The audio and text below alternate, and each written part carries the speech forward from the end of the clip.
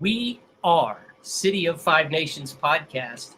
What a privilege it is to be in this series, meeting new people, 30 days of community building.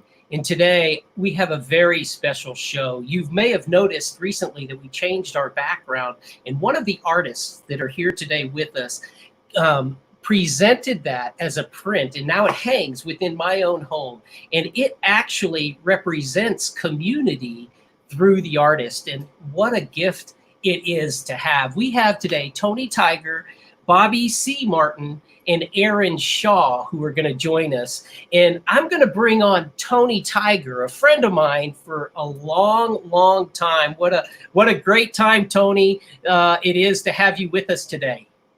Oh, my pleasure. My pleasure, Daniel. Well, and we're visiting you in your workroom, it looks like. This is the room. Actually, this is our living room. And I utilize it sometimes whenever I do larger pieces. I have a smaller studio that I use for finishing pieces. And then I utilize the outdoors in my garage to build and to construct and to do other things that are a little bit more messy. Well, Tony Tiger Art is part of Facebook, and you can actually follow Tony and see some of his antics throughout each and every day. He's a very talented individual. And another talented individual, Bobby C. Martin, has been working with Tony in co-curating some exhibitions that actually have traveled around the world, those guys. And one, Return from Exile, Contemporary Southeastern Indian Art. And that was an exhibit in which our other guest, Erin Shaw, was actually a contributing artist. And now, Tony, you as a trio have Altars of Reconciliation exhibition going on. Hey, describe for our audience the visions behind the work. Why and what do they mean? Well, the Return from Exile came about by thinking about how well represented the Southeastern Indian artists and Indian people are in the Southeast. You know, in our history of America, in 1830, Andrew Jackson signed the Indian Removal Act, which forcibly removed indigenous peoples from the east to the west. And so many of those tribes are in Oklahoma.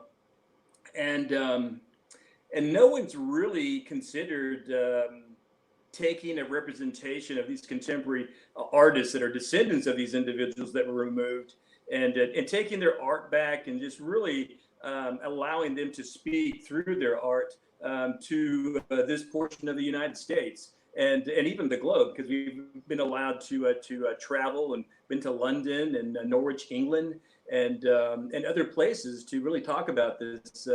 About the art of these individuals and their experiences, and just really talented artists. And we have many of those artists living in Oklahoma.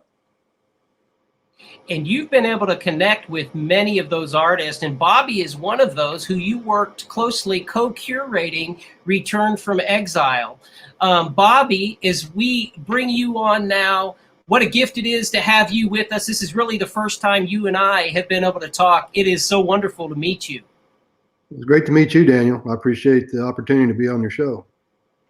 I knew Tony, since the 8th grade, Bobby, at local North Rock Creek School, and our paths crossed again as young fathers, with Tony working and going to school at a junior college, Seminole Junior College, actually, and a lot of water is now under the bridge for us. But from a professional point of view, Bobby, I'd like for you to describe Tony Tiger as a creative artist. His most impressive traits that have led him toward the success he now experiences worldwide with you. Well, Tony's, I first met Tony. Actually, I met his work before I met Tony when he was doing an adjunct teaching at Bacone College in Muskogee, and I saw some of his work. I'd been invited over by the director at that time to jury a student show, I think, and I saw some of his work, and then later met Tony and just immediately felt a real kinship and a kind of a bond there.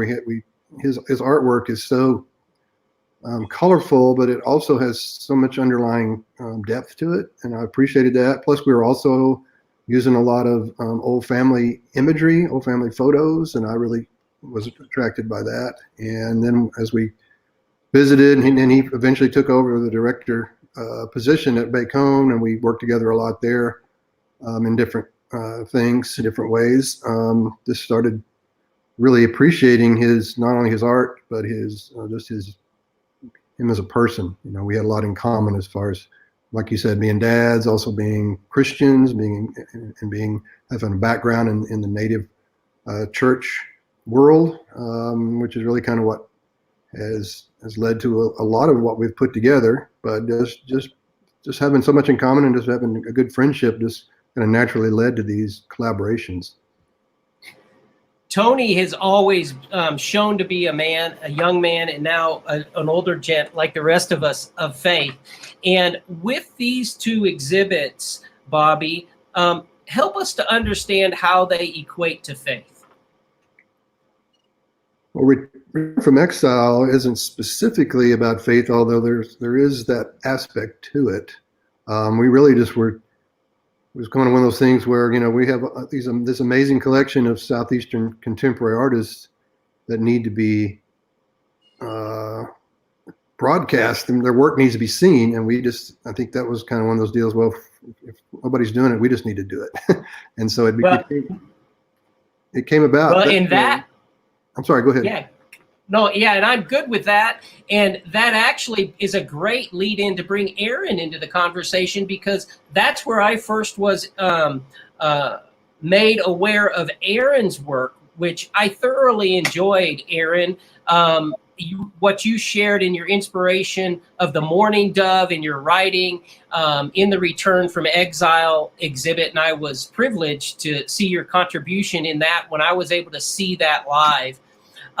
Would you share with us that story of how you really try to tell stories, and you were one of those artists that Tony and Bobby wanted to bring to the forefront with that first exhibition, Return from Exile? Yeah, I think when I think back about the Return from Exile show, I can really, I can point to myself and some other artists as well within the exhibition where it was a really key and critical experience, just for a lot of things, a lot of good things in my art life, but also some of those other artists as well. So did you want me to read the actual story, or just sort of tell you about the inspiration for this painting? No, I want you to tell us about the inspiration. Okay. We can read it anytime. Okay. So when they first started talking to me, Bobby and Tony, about Return from Exile, it was this idea of exile that really resonated with me, especially in relation to my Native American heritage, because in my own experience, I had grown up feeling separate and distant, and sort of like always having this desire to connect, but not necessarily feeling like I had the means to connect. And so when I really started thinking about the idea of it, this idea of exile really sort of almost personified my experience. And so I felt like I was really able to connect with it on a very personal level. And I also feel like the whole experience was very much a part of me, a part of helping me come out of that exile and connect, and the stories that I have engaged with and I feel like have been given to me have really been the thing that has helped me connect the most with that. But this painting specifically is about the bird in this painting is a Carolina parakeet, which is an extinct bird today. Would have been really plentiful and abundant in an earlier age, and it's just all about resurrection and about how things that are dead can become alive again, and the way that I have felt like that's happened just in my own experience with my own heritage. And Tony, Erin touches on that that exile feeling and the growth that had to take place in order to even bring us to where we are today. And you really had a strong part in that, my friend. I remember when we were younger and you were just aspiring to be an artist, and you were telling me your dream, and you had that look in your eye that made me believe that you were going to one day be where you are today. And I'm wondering, how important was it to come in contact with other like-minded individuals like Bobby and like Erin, that you could work with side by side to help get you the influences that you're able to share today? Oh yes, it's really a tremendous time to be creating art, to be exhibiting art, to curate exhibitions. You think about in our history, there were a lot of things that we weren't allowed to do as Indigenous people. But in the last, I don't know, 30, 40, 50 years, there's a lot of things that we are doing that we weren't allowed to do before. And so one of those things is curation of art. And and so there's so many more Indigenous people that have degrees in the study of art and history, and so now we can collaborate together with these individuals and going through school. So you met me, or we kind of reconnected when I was going to Seminole State, and had a wonderful teacher, Kelly Kirk, who lives in Shawnee. And he really gave me a good foundation to move forward and to really to believe in myself. And he encouraged me to transfer to Oklahoma State University, where I was able to connect with professors up there. Mark Sisson's a guy, Jack Titus, I remember very well, and other individuals who really encouraged me to think beyond where I was even taking my art at that time. And then I also began to exhibit in Indigenous exhibitions. So I would go out to Santa Fe and show, and actually Santa Fe led to actually really helping me pay for my master's degree at OU. And but while at OU, I really met some interesting individuals, Indigenous professors. Mary Jo Watson was the director at OU at the time, and she's a Seminole lady. And so she really understood where we were coming from. And then also Marvin Begay, who's Navajo or Dene, he was also there, and we connected. His wife, Heather Ottone, who was the curator at the new First American Museum, which is will open hopefully again in the spring of 2021. And so she was there. Gerald Canoyer, who was a Lakota artist, was there. And so we were just all just there at the same time, producing, encouraging each other, exhibiting together. I did my first curation while we were there at OU. And so actually we utilized the Potawatomi Cultural Center here and produced an exhibition called Three Voices. And so that was my first curation opportunity. And then from there, I just continued to look, and I had an interest in really thinking about community. As I was growing up as a young artist, I think there was an atmosphere of competitiveness that each artist was a competitor with somebody else for the dollar, and so I really took that to heart and began to think about, we could do something better as we collaborate together and to encourage the next generation. I think a lot of times we kind of fail to remember that, hey, our lives are really just a drop in the bucket, and it's not going to last very long, but we want to make sure that there's people coming behind us who can also continue this. And so, so meeting Bob, we just found a brotherhood, I guess, and we began to work together and challenge each other, and begin to think about what we could do in our positions. And so he was a teacher, a professor. I was a professor at the time, and we began to curate exhibitions for our universities or colleges at the time. And then we began to think beyond that, and so we got greater opportunities to take shows on the road. I remember I curated an exhibition titled Art from Indian Territory for the All My Relations Gallery in Minneapolis, Minnesota. And Bob and our good friend Troy Jackson went along with me, and we hung the show. We took art from Oklahoma, both male and female, and that's kind of where it began. And beginning to realize that, hey, we can really do some wonderful things. And then and just talking and hanging out, having fellowship, we began to really think about, what else we could do. And at this time, really, no one had taken a contemporary Southeastern show on the road like we did, and it was tremendous work. I know many times Bob and I would look at ourselves driving down the road at midnight, hauling art to the next venue, looking at each other, and saying, "Why did we do this?" And but we do realize that it was necessary, and good things have come from it. I know that the Chickasaws have a show that's on the road now. It's about Chickasaw art, and I know there's other tribes that are doing wonderful things as well. So so we've come to the point where we realize that we can tell our own stories, and through the art, and there's just wonderful artists within our sphere of Oklahoma to utilize, and that's what we want to do. We want to think about Oklahoma, or at least I do. I'm thinking about Oklahoma all the time and what we can do. And so we've talked about things that we can do, you and I, and so this idea of the city of 5 nations came about. I think it's a worthy venture, and so that's why I'm here today.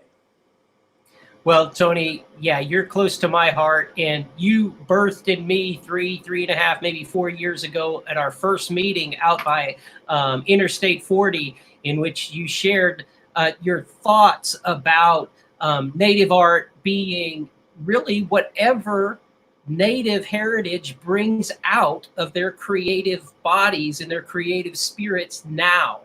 And it birthed something in me that I termed modern Native creative, and it just stuck with me just for some reason, that phrase. And Bobby, your Seven Springs studio has been just a great place of production for you as an artist and an educator and a facilitator. I love your piece in the Return from Exile exhibit. Talk about the intricacies of your work on the piece and your mindset behind its creation. You kind of touched on your love for family photos and how that comes together with much of what you do, not all of what you do, but man, this is just a great piece. Well, thanks, Daniel. I appreciate you saying that. And you're right, a lot of my stuff does involve old family photos, but I think it's even just more that there's this love of family and this idea of the connection and the grounding that families give is such an important part of our existence, really. And so this piece is a piece of my uncle, Uncle Perk, or not Perk. This is David, Uncle David, and who went into service, World War II, a little young. I think he wasn't even 18 yet, but I think he lied about his age and got in and went to serve in the South Pacific Theater, and then just barely a year in, unfortunately, the destroyer he was on was hit by an attack, and he was killed. So I never really knew him at all, but there was just something about this image of him, getting ready to go off away from home, probably for forever at this point. But there's something about those old family photos that are obviously important to me, but I've found over the years that they've become really touch points for everybody that sees them, because everybody's got family, and especially old family photos, and it just makes almost like a universal connection when people see these pictures. Even if they're not their family, they're still reminded of somebody in their family. And so that's, to me, is the real value of these, using these old images that call, bring back memories and are just really very much important mementos of any family. And then in that particular piece, which is life size, it's like 6 feet tall, of Uncle David, is mostly done in wax, and it's a process called encaustic, and it's just layered. You just layer multiple layers of wax. Yeah, that's Erin's piece. Yeah, I'm looking at this one here that I would layer some stuff on it. I also am a printmaker, so a lot of the words and the numbers that come from like old Dawes Roll information and other things like scripture, like Muskogee language scripture, just other bits and pieces of information just get layered in this big layer cake of paint and wax. And so I love that idea of layering, because to me, each layer represents another bit of information and another passage of time, or some kind of other kind of real full, there are physical layers, but to me, it's also sort of, aesthetic layers too, layers of information that just kind of make up this big mess of of ideas, really. Well, and in no way was it a mess to me. I loved it because immediately I was drawn to the individual. I mean, I'm of Irish heritage, and I'm very proud of that. But that's what I saw. I just saw a gentleman who I could have been related to. And then picking up, I really enjoyed the layering when I kind of figured out that, those were probably numbers that were used to identify in the transition of Native people. And so this picture to me shows an individual who so much wanted to serve. He went in very young. I had heard that he had lost his life. I understood that. And so there was that draw. But he had come the full transition of forgiveness, the full transition of really someone and the hardships of exile, being torn away from those things in your past that for centuries were your own and were your people and your identity, and then coming full circle to being more than that circumstance, being a man, serving, and being strong in who he was. And that's something that we all want to see within our own lineages. Yeah. Well, I appreciate that, because, that's one thing I love about being an artist.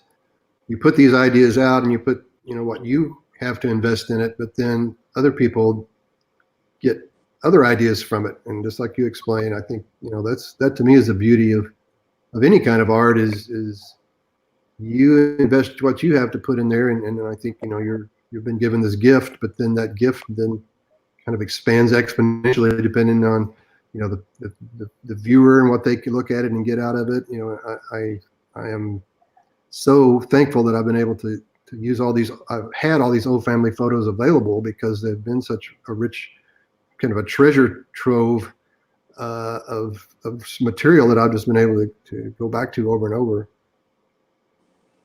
Well, Erin, I know that you love stories, and I need to go one more story with the exile exhibit with a piece from Tony. So please bear with me. I'm going to come right back to you. But Tony, I know for a fact family is very important to you, and that makes your work with Bobby on the. And I'm going to try to say this, and I want you to help me after. But it Makasape Fulvana, is that how I pronounce that, or is it even spoken?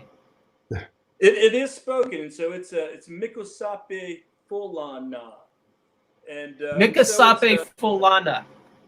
Correct. Well, with the family in your dedication to family, that made this even more impressive to me when I looked at it. Talk about this piece and what it meant to you and for the world to see it. So this is again going back to that idea of sharing, in community. And so by this time in Bob and I, our relationship, we knew that we could trust each other. We knew that we had the same heart, so to speak, and our minds, and utilizing imagery that was meaningful to us. We began to really think about a collaboration, and we had done some small works on paper collaborations before this, but it was interesting how a collaboration works, because each individual basically brings something into the collaboration. And so Bob was utilizing plasma cut steel in his studio. And this is before he moved to Seven Springs there in West Siloam Springs. He was living just north of Tahlequah, a really beautiful space that I love to go out and visit his studio because he had so much room. And so we'd go out there, we would talk and to talk about art. He had a etching press that I'd utilize sometimes.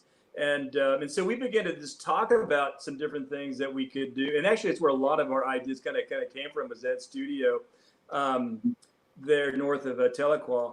But in this case, he brought out a piece of plasma cut steel, and it had some names and numbers on it. And he said, "Hey, I got a bunch of this stuff, and I'm just thinking about what I could do with it." And and art really does. It really does resonate from what our lives are involved in, what we're reading. And so I had just came from a family cemetery cleaning, where there are some of these structures on our family cemetery. They're near Woka. And so I looked at it, and had been looking at a lot of different things, in the arts, and we had never really tackled anything this big, because it's about 8 feet long, 4.5 feet wide, 4.5 feet tall, and it weighs probably, I don't know, we haven't weighed it, but about 500 pounds maybe, and Yeah. so it's huge. It's huge. And so we began to talk, and I said, you know what? I said that'd be a great piece for an installation piece of a Muskogee grave house. And we basically began to kind of tackle it and think about what imagery we could use. And he had an old like a wood shed that had this faux wood on it, and he says, "Hey, I got this wood," and then it just kind of came to me that, hey, we should build one of these structures to really just to symbolically look at our past, look at our family's importance of lineage, and even thinking about government policy and how they utilize different things to I don't know, to direct Native people, and not always good. Most of it was pretty bad early on, and I think that's why it's so important that we speak up now, is that we have the opportunity to say, hey, a lot of this stuff was not right, and but now we have a voice, and we're utilizing it, and so the top is plexiglass. There's light involved in it, and so it illuminates the roof. We incorporated Bob's etching press, and we took old images and we put those on some really nice paper, and we realized, just having the paper on the surface wasn't going to do, and so Bob was also incorporating encaustic into his work, like the piece of Uncle David. And so we just happened to experiment one day. We dipped a piece in wax, and we pulled it up. We put a light behind it and say, "Oh wow, this is really cool," because it began to illuminate the image even further. And then I was using stereograph, and you see the little edging detail there represents men and women in community, and then there's also an audio component. And so while I was at the University of Oklahoma, I took some courses with Margaret Malden, who is now deceased, but a Muskogee speaker. She taught at OU, and she put out some CDs, and I think one of the CDs has like 30 songs, Muskogee hymns on it. And I still listen to it to this day. And so the audio portion goes along with the piece. And so when you see the piece, there is also something that you listen to, and really represents the heart of Muskogee people, especially the Seminoles. Wow. And Muskogee Creeks. It's an awesome piece that really just takes up the room, literally, but also just spiritually. When you think of a funeral house that is built in honor of an individual who passes, and then they just let it decay as the life goes on for those who are living afterwards. And Correct. It being incorporated with family, I mean, it just speaks so much to you and Bobby and your hearts. And Erin, coming and talking about collaboration, you've known these guys for a long time, but you come through that piece with Return from Exile and working with these guys. What really stood out about the abilities of these guys that you witnessed during that process and the success of the exhibit? How did that translate into the three of you working together on the current Altars of Reconciliation as a traveling exhibit? I think watching Tony and Bobby with the Return from Exile exhibit, one of the things that sort of seemed the most interesting to me was that it was like this labor of love and something they felt like they needed to do.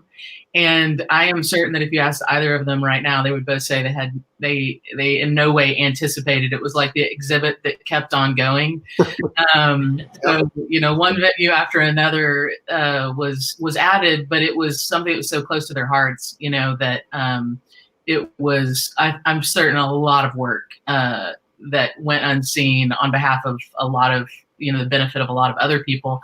But one of the things that I would say, as an artist, for me personally, that has been so great about being friends and colleagues with Bobby and Tony is that when you're an artist, you have the opportunity to work in a lot of different venues with a lot of different people, and it becomes very clear really, really quickly what you're dealing with, in people. And I met Tony before I met Bobby, but really right out of graduate school. And I was really working hard to find my way and understand what it meant to be an artist, what it meant to be a Native American, I'm always sort of full of questions, but I'm sure especially full of questions at that time. And the thing that I continue to love so much about Bobby and Tony is that, and I think that in one regard, I share this with them. There's this inner sort of imperative for them to have a lot of integrity. It's sticking to the core of why they're an artist and the core of why they're doing what they're doing. And for somebody that's at a, more of a beginning place in my career, I remember one of the things I learned in graduate school was that there are a lot of voices in the room, and you don't actually have to give place to some of those voices. That it's actually part of your work is to know what voices you listen to and what voices you don't. And I think the thing that I love the most about Bobby and Tony is the integrity that they have. And it's so nice to work with giving, kind, generous people. It's very refreshing, and it stands out as such a different aspect.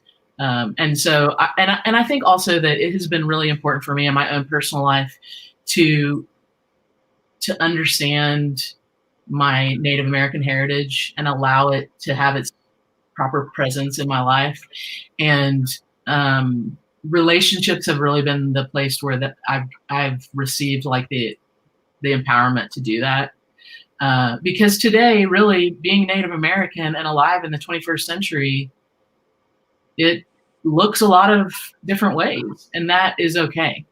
And I just couldn't overstate how important my friendship with Tony and Bobby, and they're like family now, and their wives and families, has been over the years.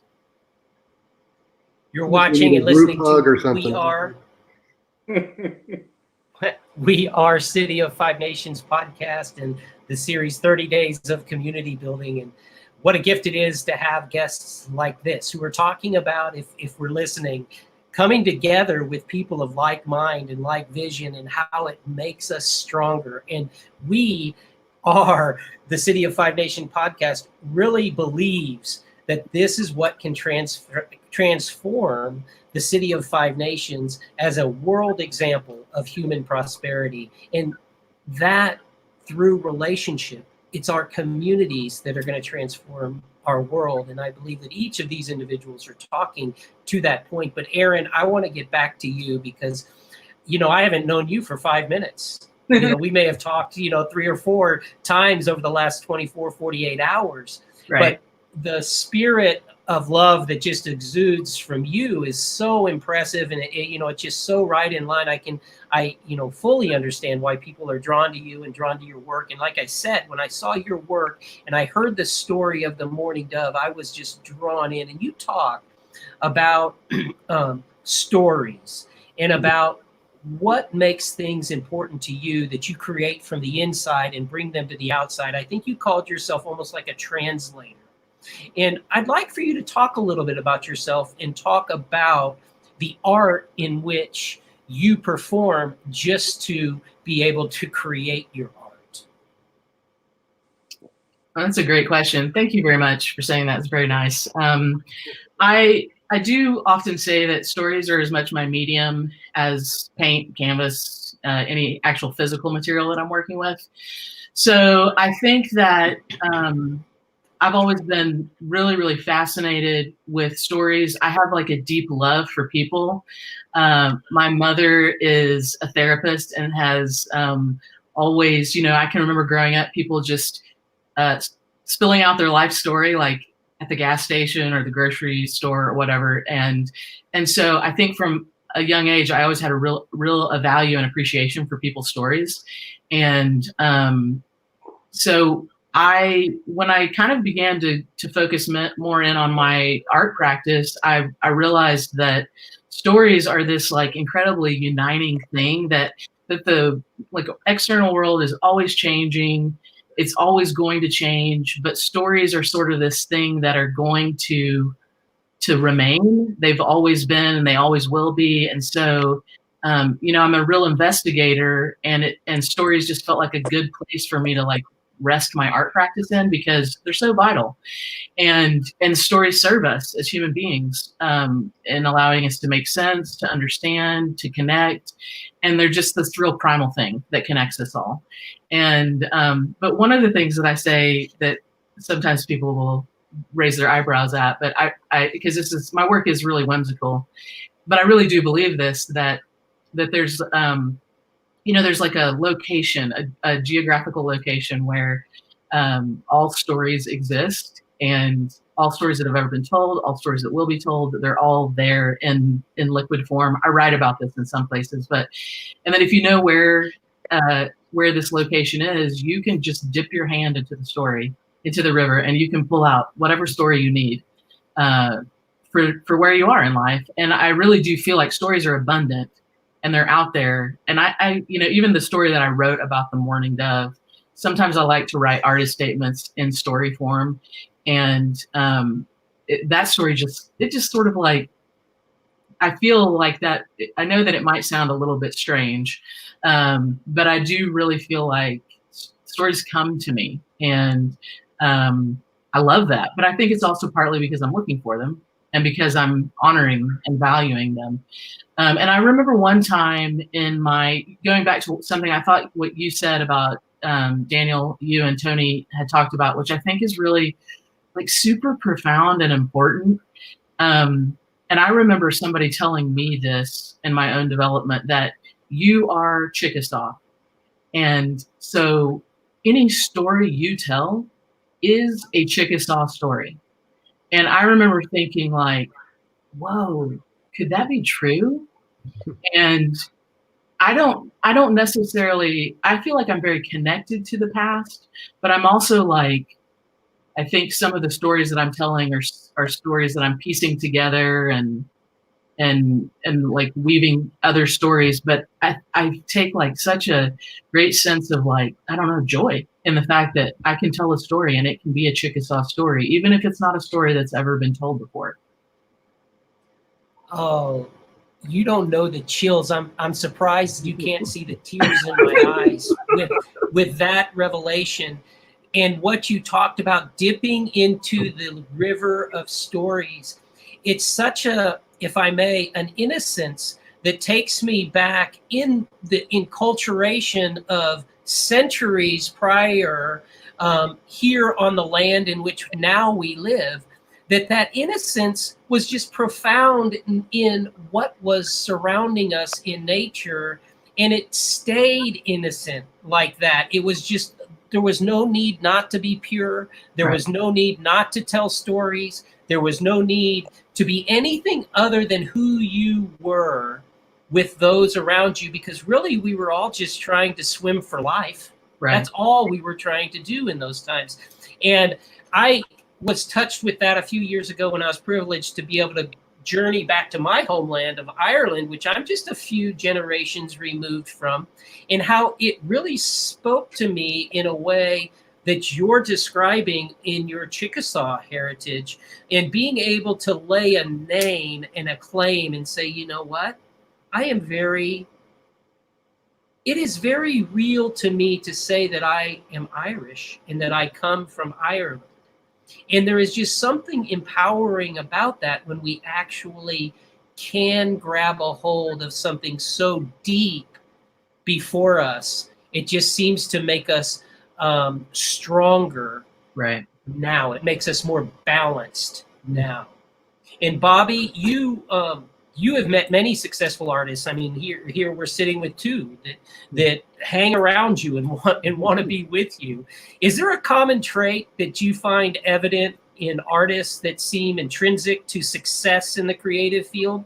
And I would like you to expound on that thought, if you would, and how it translates into the success you've had in the most recent Altars of Reconciliation experience with these guys and other artists that you're coming in contact with, that take you back all the way through your exiles experience. Well, that's a really good question. I think one of the things that has seemed consistent, and Erin just touched on it, was this idea of integrity. There's something about artists'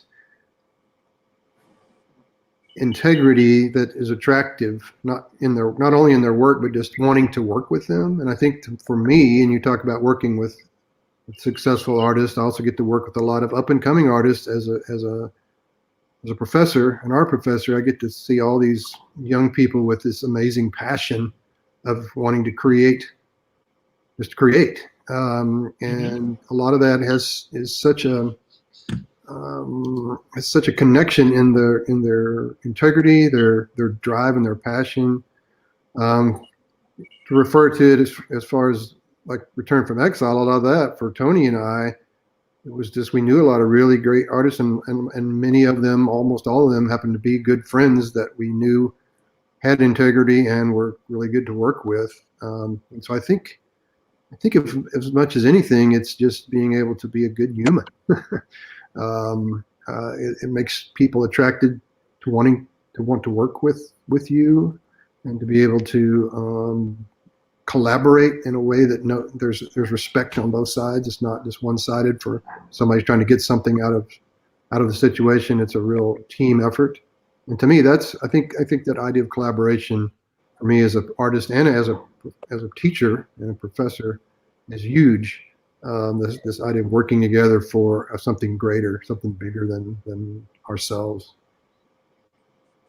I don't know if that answers the question or not, but I think that's... Oh, no, it very much does. I think that we're finding a common theme with all of you in the sense of being able to be with people who you have a draw towards, and a lot of that draw stems from just genuinity of being who you are, and then also the integrity to do and follow through with the commitments that you make to one another, because that's how community is really built, it seems.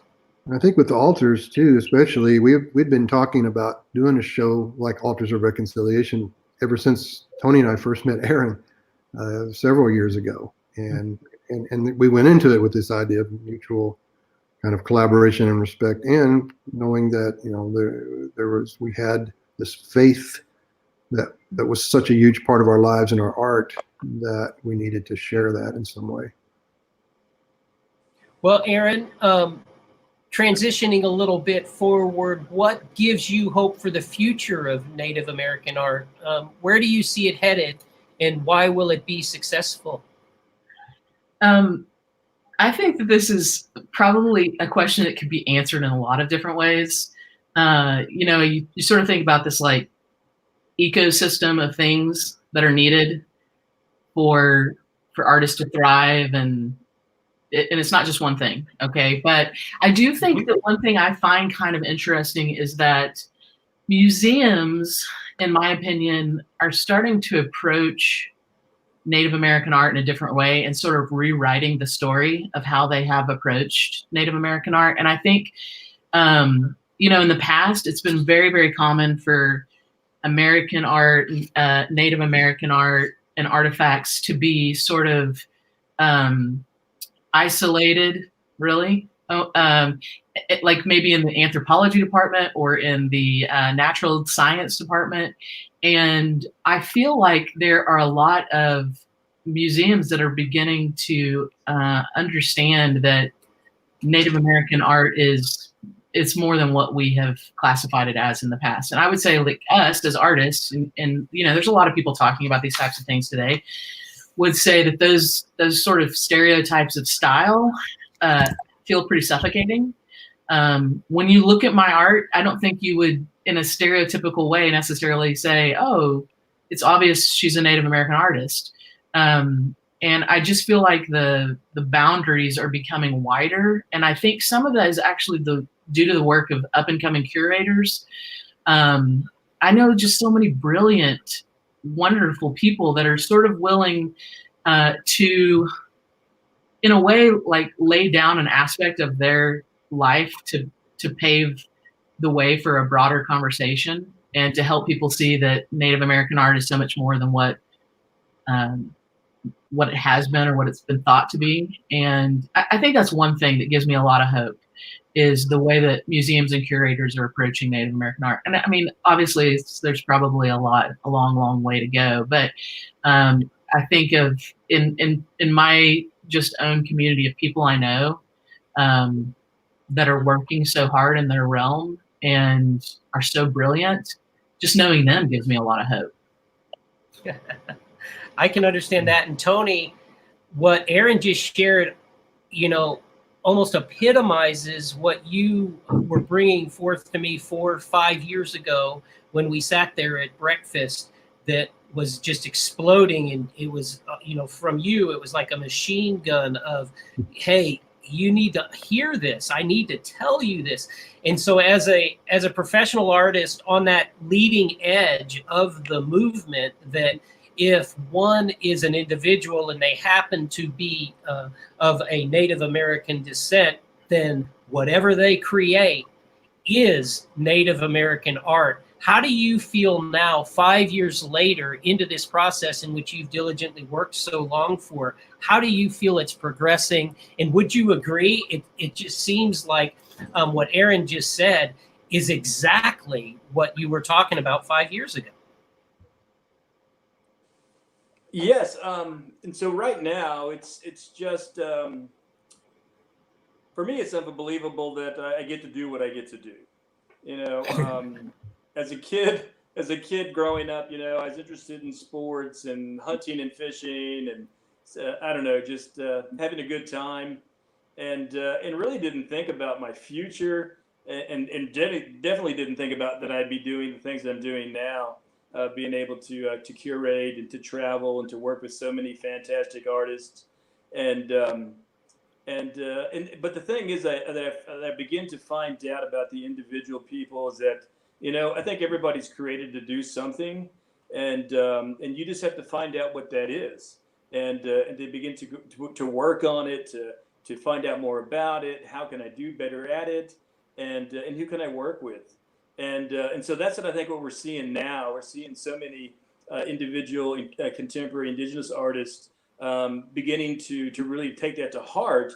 And so that's why they're studying, they're researching, they're looking into museum collections and finding out what's there. They're thinking about their own stories, they're writing. There's so many writers now, musicians even, and movie makers. And so the door really has been busted open to allow us to express ourselves in the way that we feel comfortable, and it's just a fabulous time. I'm just so I'm just so excited about what's going to happen in the future. Once we get this pandemic, pinned down, and Lord willing, everyone comes through it as best they can, and what's going to happen is just going to be mind-boggling to the indigenous creator and those who are interested in hearing our stories. And we've seen that. We've been invited to London a couple of years ago, and we spoke at a conference there. And just walking around, knowing that, hey, we were invited to come and talk about our artwork in London, England. And then last year, Erin and I and Stacey Pratt, one of the writers that we use to edit some of our things, she traveled with us to Norwich, England, and we presented at 2 conferences. And so people are interested in what we have to say as indigenous people that have made it thus far, and so I'm just excited about what's going to happen and where we're going to go, and but also the idea of community, building community, helping individuals find out and understand that our communities are important to us, and then also that that we do have to work together, non-indigenous and indigenous communities working together, because if we don't, we need each other. And so what you're doing too, Danny, is important. And so I'm just glad that we have this time to work together. And but with Bob and Erin, we're going to wait and see what happens as this clears up. I know we were supposed to take some trips, and those all were postponed and or canceled, and so it's just kind of a wait and see thing. But I'm really just excited about what's going on. And for me right now, I'm just in my studio working and work, and so I don't know. We'll see what happens after this, but I'm excited. Well, I am too. I'm excited about being here right now today with you guys. I could go on for all day long. I told you it'd be about 30 minutes, and we go on for an hour. You guys warned me. I know that it would be hard to hold it within 30 minutes. But man, there's so many different things that I could ask you, and I would love to ask you.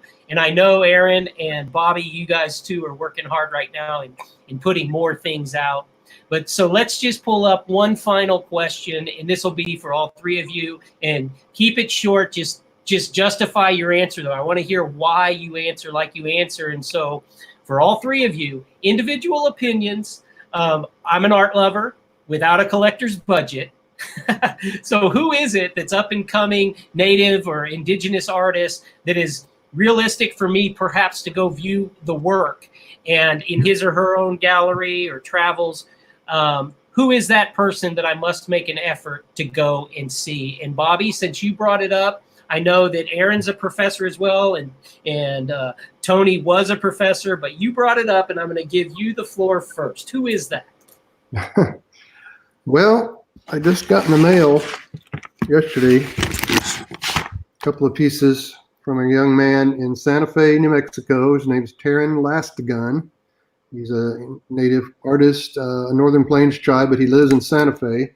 Who just sent me these two screen prints. He was having a sale on Instagram. So I met him last year at the Santa Fe Indian Market. And I mean, there's tons of amazing young artists out there working right now.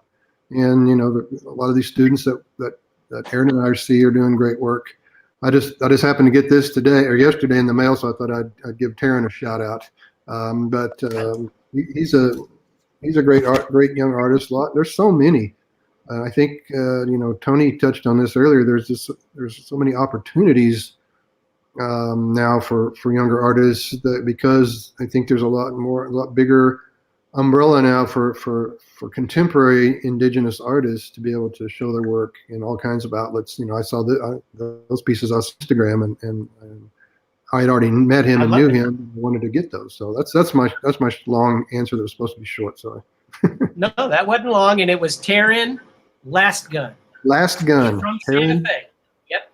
He lives in Santa Fe. Mm-hmm. He's got a website. I'm sure he's got a website that's called TerinLastgun.com. So. All right. And how about you, Erin? I've got a very short answer because I don't feel like I have any good answers to this question, but I know that Tony will, so I'm gonna pass it to him. No. Come on, there's no wrong answer. There's no wrong answer, Erin. I don't know. Tyler. Okay, tell me who is the up and comer in your class, in one of your classes?